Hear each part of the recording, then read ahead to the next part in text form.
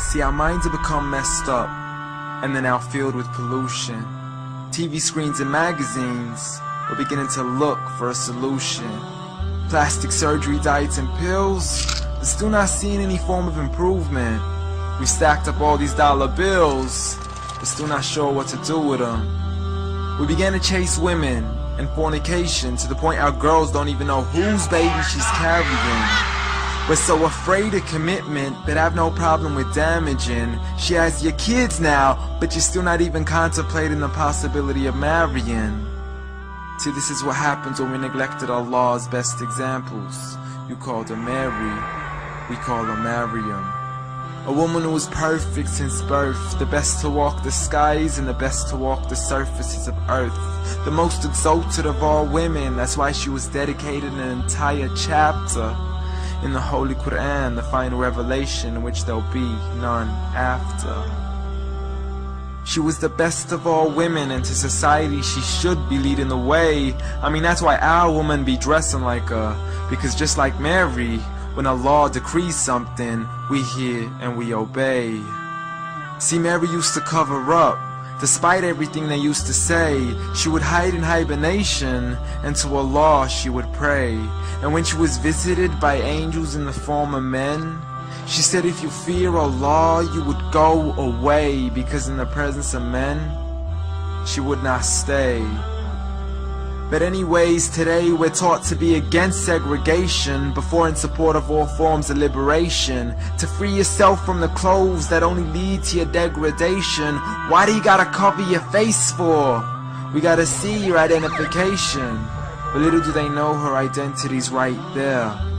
A woman who fears Allah and commits to her religious obligations. See, I respect all women too, because that's what my religion teaches. To lower your gaze when you're walking, there's no need to check out every second woman's features. There's no need to even shake another woman's hand, because in reality, there's only one reason why a guy would be pleased to meet you. And you could go ahead and deny it, but don't blame me for stating the obvious. When the pornographic industry is worth billions, you still don't see where the problem is? Sex is embedded into society to the point we'll exploit it to merely sell a car. So you can act like this is all new to you, but you know for a fact how innocent we really are. I mean, just look at the simplistic way we're taught to dress. It's like if you dress less, then you're destined for success. You then force your women into heels and have the nerve to say that we oppress.